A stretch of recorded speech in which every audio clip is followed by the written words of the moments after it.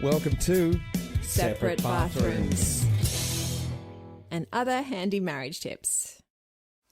Here we are. Here you are.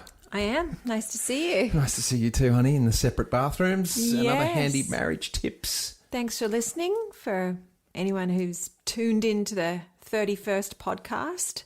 Is that what we're up to? 31. Yep. 31 today. If I was to ask you who was the most famous number 31 in AFL history, who would you say? Oh my gosh.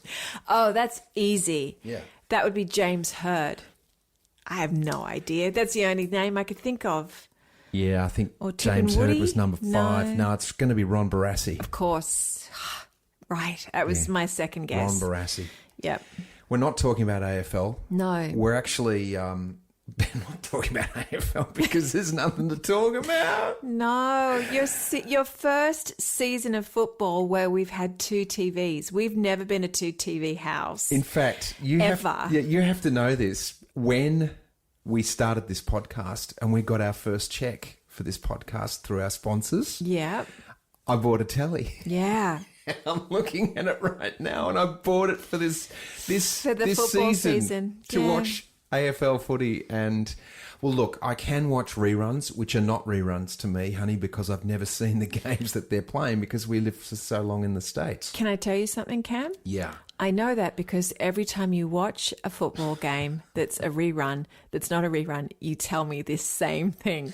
Every time you go, I never saw this match because we were in America, so this is new to me. I'm like, is it? That's good. Yeah. I'm calling them period pieces. I'm watching That's right. I'm watching period pieces on TV. Period pieces with new commentary thanks to Foxtel. Yeah, there Fox you go. Footy. Yeah, I get to hear it all happening as it stands, as it happens. Yeah. We're not talking about AFL because we're not playing AFL. We're not playing anything right now, which is a bit sad. I'm looking for Not sports. really. I'm actually, watching riders on the street just charge up to the lights and see who can get there faster. Yeah, watching the snails out in the backyard, seeing who's going to make it first. Or a caterpillar eating my tomato bush. That Yeah. hurt. Anyway, but I'm here now. I can spot him and flick him off now. He's no longer with us, that little caterpillar. What are we talking about today, sweetheart? Well, I came across a quote on my Instagram. We've mentioned this lady before. I think she's fabulous. She's a therapist, relationship therapist, and her name is Alexander Solomon. And she wrote a quote and then an explanation in the body of the Instagram, and I forwarded it on to you. And you thought it'd be a great one to have a chat about. So, Well, I did, and I was going to ask you again. We've done this before, where you sent me stuff because you have a. I'm just going to say a habit of doing it, but that sounds a little harsh. But you like to send me passion. things. Let's say that. Okay. Yeah. And I read them. I read everything you send me. Sometimes it takes me a day or so to get there, but I get there. So I'm going to read it to you. The hard thing is that a love story is also a ghost story, haunted by the ghosts of past heartbreaks, traumas, losses, and regrets. The beautiful thing is that couples can be ghostbusters, transforming old pain and healing together. And that's Dr. Alexander Solomon, and I felt like I wanted to ask you why you sent it to me Yeah. and what hits you with it. Well, I loved that because I feel like that is there's many things I love about it. Number one, it speaks directly to yours and mine relationship where we still have to deal, or don't have to, but we still deal with sometimes ghosts of the pain of our past relationship together. So I feel like it speaks to long-term relationships, but I was also thinking it really speaks to any relationship, because if you've just come out of a relationship where you have been cheated on or where you have been betrayed, and then you start a new relationship, the ghost of that one comes with you unless you've really unpacked it, evolved it, and cleared it. So even the ghosts of other relationships you bring into your new relationship too. And I think that's in order to stay together and be happy, I think those, like she says, we need to be ghostbusters. And even after 30 years together, we're still finding ghosts in our marriage, I would say. Would you say that? Yeah, I'm going to go even further to say it happens with a relationship to anything. Sure, And you know, we have a moment in time where we do something, and if something doesn't go right, then the next time you do it and you remember that old occurrence where it didn't go right for you, it didn't go the way you wanted it to, that tends to taint or somehow affect the present. And yeah, I mean, I think a lot of I like it. I liked it, and that's why I said let's talk about this, because to me this is all about living in the moment and not bringing the past up. And that's easier said than done. Oh, I mean, absolutely. Yeah, it's a trick, and it takes a lot of consciousness. Lots. And particularly in this time where we're living together in very close quarters. There's a lot of this going on, and for us, there's a lot going on. I can only speculate on you, the listener, what you're going through. I know I've had some responses in my Instagram where I put a quote up, something saying like, you know, never do something permanently foolish just because you're temporarily upset. And I got some comments on there saying, too late, it's already happened. And it just feels that you know, we're all going through our version of stress and tough times at the moment. And a guy said to me this morning at the beach, we're finding out who we married. Oh, right? Interesting. Yeah. Interesting. I thought that's kind of cool. Do you remember that comment you made to me when we were talking about menopause, and you just said, remember the lady that you married? Even though I'm kind of going through all this sort of stuff, remember the woman you married. I'm still here. Well, yeah, and I also said we're quoting. Yeah. Though, you know, there's really I feel it's really important to, when particularly again long-term relationship, that you allow for your partner to evolve, and that you don't go, well, that's not how you do it. That's not what you normally do. That's not what you normally say. When our partner is attempting to evolve past something that they've always done or always been like. And it was a husband talking about his wife saying, I've been married to about 5 different women now, and it's all the same woman, but she's evolved into 5 different women, and I love each one the same. Yeah. And I just thought, again, how beautiful that is in either, you know, my husband the same way, my wife the same way, because we do evolve. And when we've been together this long, and we were, you know, we met in our 20s, that, you know, and that brings us back to the ghosts of past. Yeah. You know, the ghosts of the Teenagers. past. Yeah, like, well, you know, to throw up the idea of when you were 26 and you were like this and you did that, and you're now 50. You're now 68. So it's a long Born time. 65. You can get away with that. How old did you say you were today? When? Just then? I missed that. You said you were 55? I was going to say 55, but I think I was interrupted when you said 68. Yeah, because sometimes sometimes you go, yeah, I'm around 50. I'm in my 50s.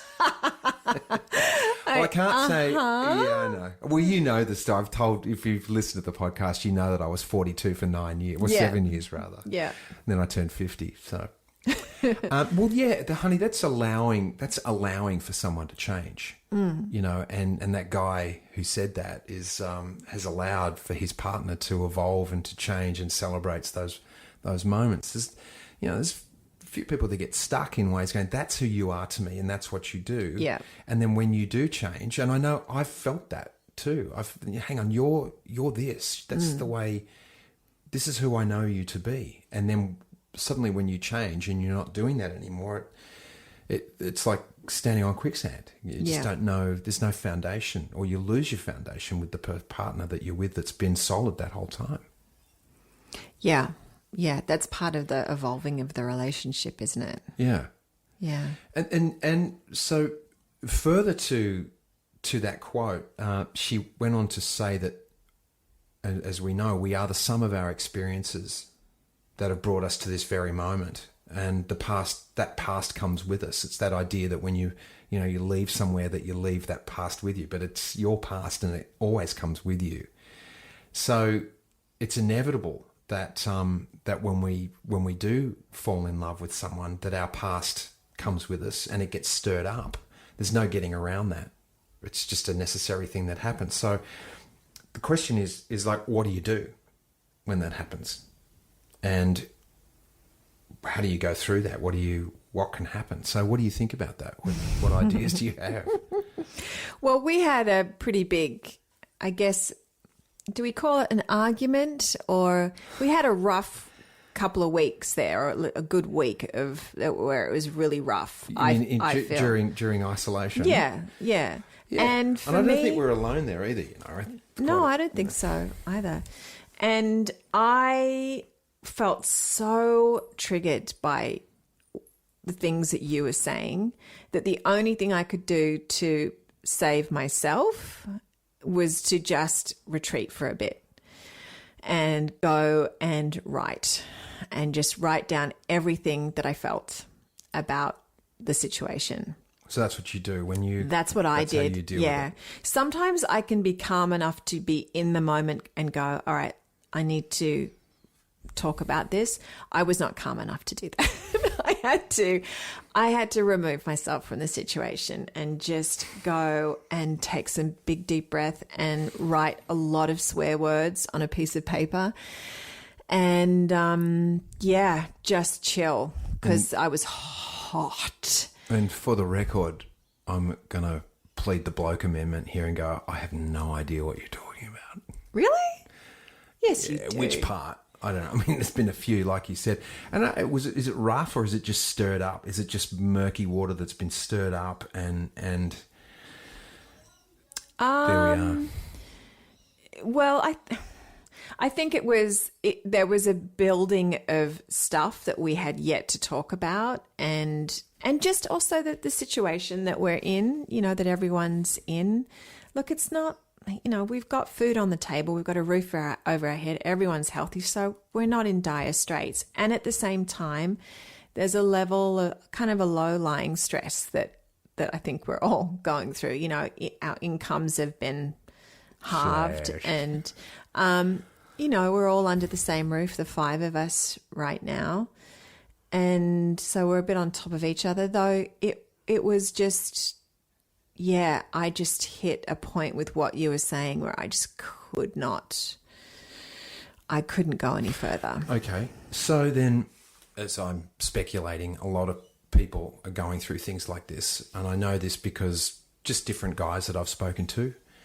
I spoke to 4 different fellas and they're all not in separate bathrooms. They're in separate bedrooms. Yeah. They're in different areas of the house. Yeah.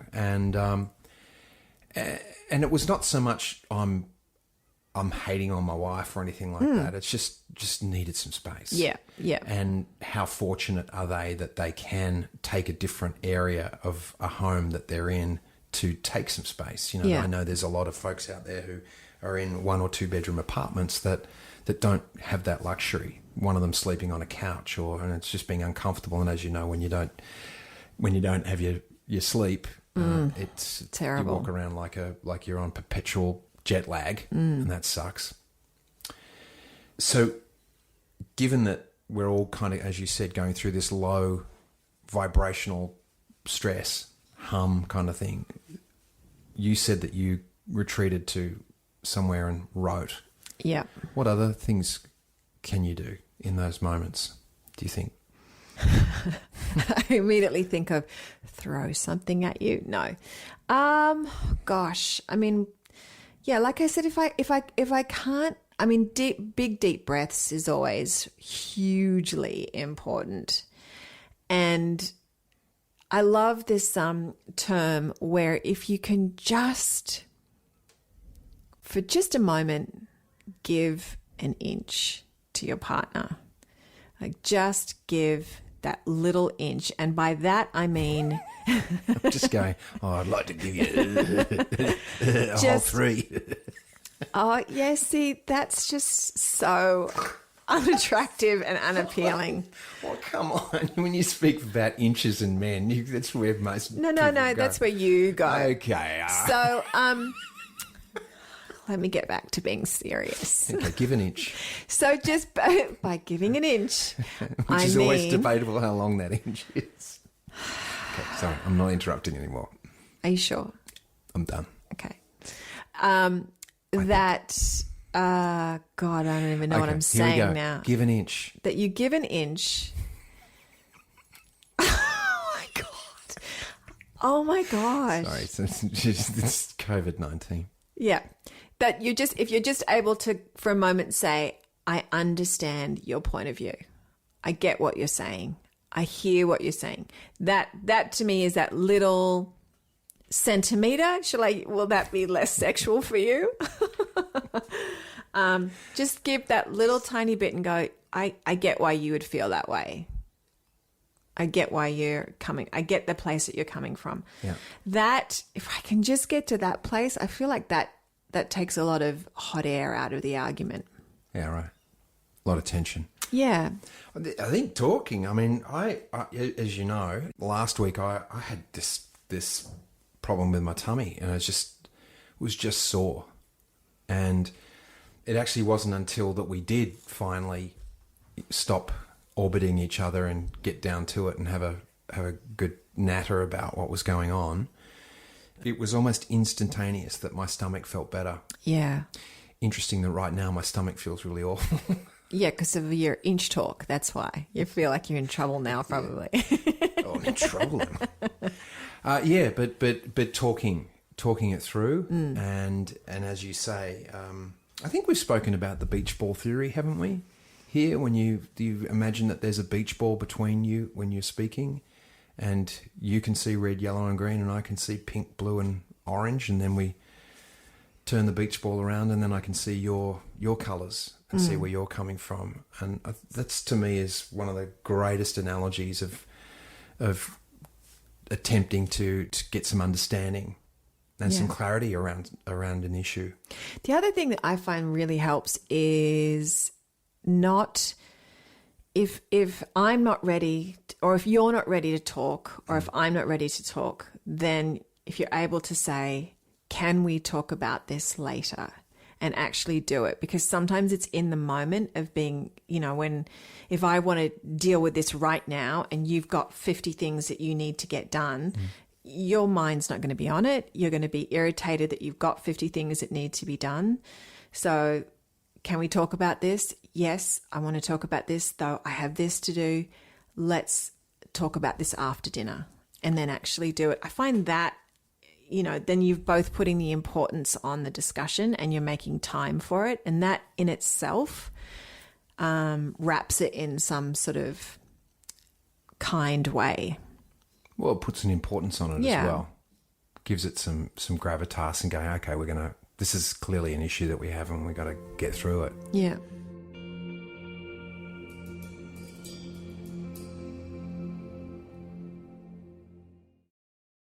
So with regard to, because we're talking about the Dr. Solomon quote here, talking about that couples can be ghostbusters, dealing with the ghost stories that we have, the past that we have.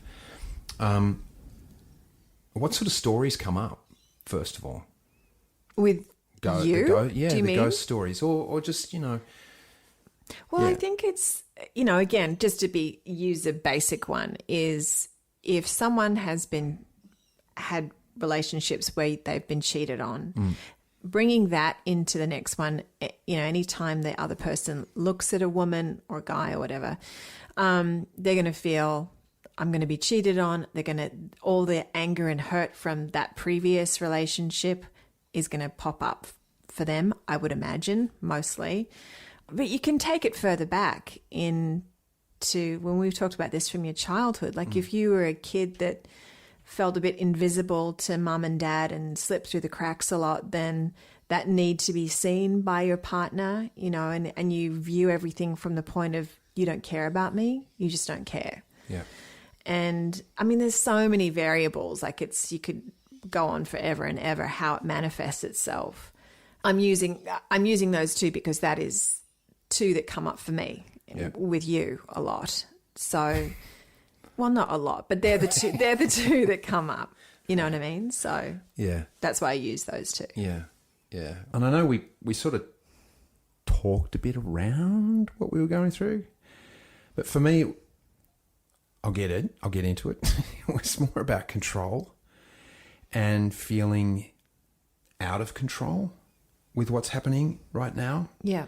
We're stuck in this moment. It was beautifully described by an American writer. I can't think of his name, where we are in a place where it's like the breath we breathe in and then we breathe out. It's that place right where there's no breath happening between the in and the out. We're in this place.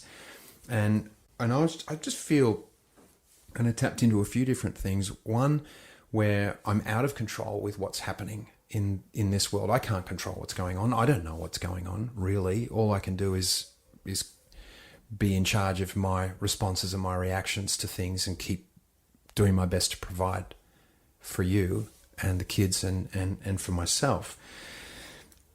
You and I have often bumped heads over control. And I feel like that, because in my line of work and in my life, I've often felt out of control, waiting for someone to give me a job or waiting for that to happen. And then at the moment, no one's making money, so no one's hiring. You know, I'm lucky to have this great gig that I have on the radio.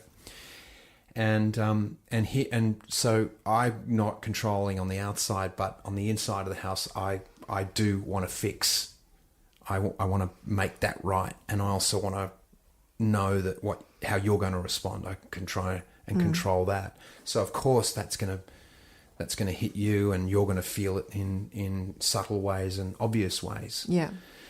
It was great to sit down and actually have that discussion with you and realize that was my behavior and that's what I was doing, and how to change that, Yeah. And feel like, based on this idea, this curly going after something, that this is the ghost past, the ghosts of the past, and bringing stuff up, because I have often been like that, I think, in my life, and it just doesn't serve a relationship well at all to be controlling. You have to be flexible and open, and willing to listen. And that just triggered me into, because we're just doing your best to get through days and everything. And I just couldn't, like when you were saying, don't do this and do this, and don't, I was like, oh my God. It's the mansplaining aspect. Retreat. Yeah, the mansplaining. And then you were saying that you don't want me to explain anything to you and give you direction, and that I had a tone in my voice. Ladies, have you heard that before? You had a tone. Because guys, I'm not going to speak for guys. I don't want to feel stupid, and because I'm out of control with the world. Yeah, sure. It makes me, and you're saying, here, go this way. It's like, I know where I'm going. I know how to get there. I'll ask you if I don't, if I need your help. Yeah. But by you just saying, do this, do that, it just adds more shit to the pile. Yeah. And that pile got pretty high. Got pretty stanky. Yeah. Janky. Yeah, made your tummy boil. And you know what results from that? We're not going there. No, we're not. But yeah, no, it's true. It's true.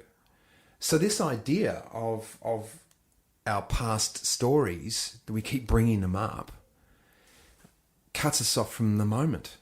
Because it reminds me of when, when we went through the GFC and we went bankrupt in America. That was when your control became really exaggerated at home. And that was the challenge at home, because you were so out of control in your life with work and money and losing everything, that to try to control what was inside your house was some semblance of sanity, which didn't work for us. Well, it certainly didn't work for the kids. Yeah. It didn't work for you. And I remember sleeping out in my office for a few months. And I remember that the garden was highly pruned.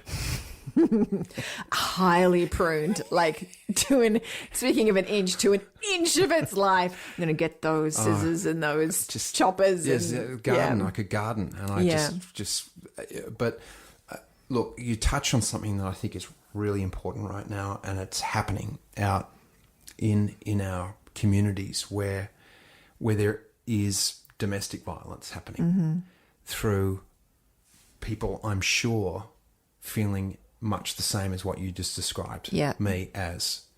So there's things to do. You can call various places. We'll put it up on our website. Yeah. If you're going through any type of domestic violence, I guess the thing, as you said, is to give an inch in terms of understanding or listening. You know, those beautiful words. We have 2 ears and 1 mouth. You know, it means we should be listening more than we're speaking. Yeah. Well, you can't, and the other one, you can't learn anything while you're talking. So you have to listen to learn. See what I did there? I just shut up. It's amazing. It was amazing. I have so much to learn from you, Cameron Dado. Evidently. We're still together. But I think it's really important, having been through deep financial hardship. You know, we lost our home. We lost our savings. We lost pretty much everything. So aside from the clothes and the furniture that we had and a couple of guitars. And it was very tense. Very tense time. And the thing I think that got us through was talking to each other and looking at what we had as opposed to what was going out the door, and being grateful for what we had. That's when I discovered my gratitude rock at the beach, and I found this pebble. I still have it. I hold on to it sometimes since I've been doing radio at home. I actually hold on to my gratitude rock as I'm doing it, because I'm here now. And when I touched the rock, the pebble, I had it in my pocket. It would remind me to be grateful for whatever I was up to, whoever I was in front of, whatever conversation I was having. And I reckon that's what got me through. Your pebble. My pebble. Wow. My gratitude rock. Your little pebble. Yeah, my little pebble in your pocket. Is that a pebble in your pocket? Yes, it is. Or you're just kind of happy to see me. It's a little hard, but it's just a pebble.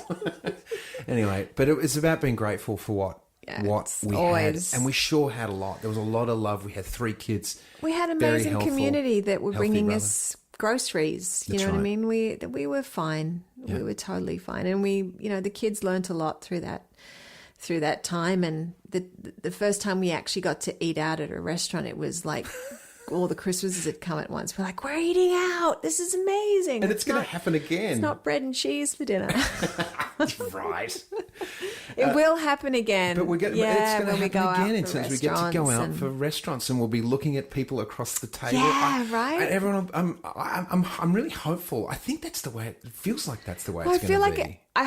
I feel like it will be like that for a while. Whether or not it stays like that, you know how we often forget after a while. We go back into the ghosts of our our past and sort of not be as conscious of how lucky we are. Yeah. However, I go back to that moment when we did go through those difficulties, and a lot of that behaviour that I learned has informed how I am today. I talk about the gratitude. I talk about refurbishing, rebuilding things, the skills that I learned during that time to fix stuff and just, make the best of something.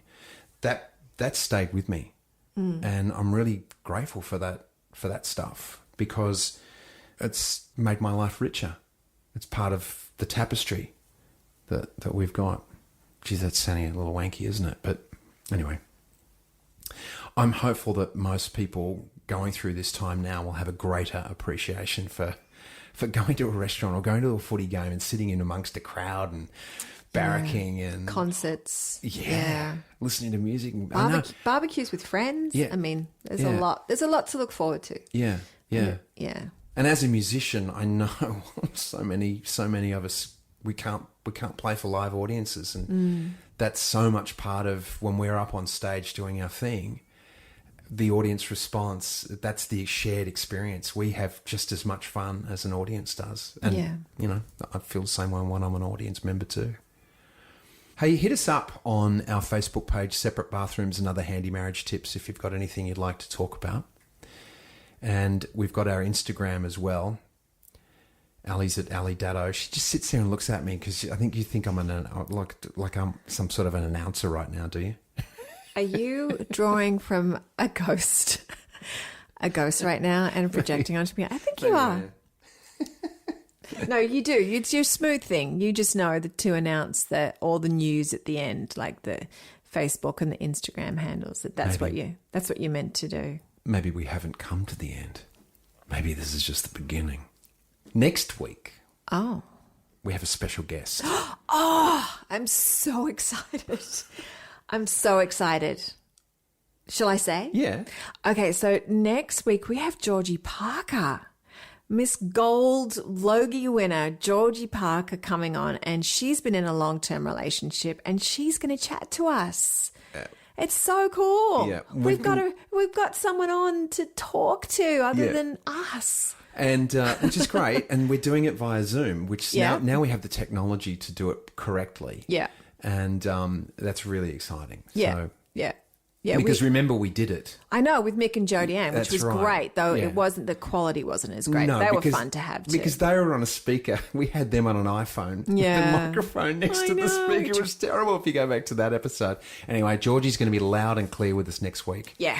Talking about everything relationships and home and away, because that starts... Well, I come on to home. Well, home and away begins when I come on. What a wanker.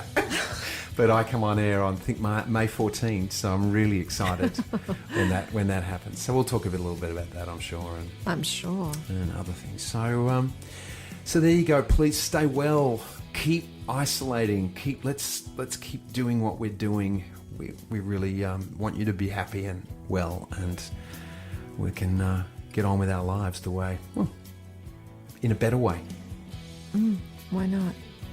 All right. Thanks again for listening, and hopefully you'll tune in for Georgie Parker next week. Separate Bathrooms.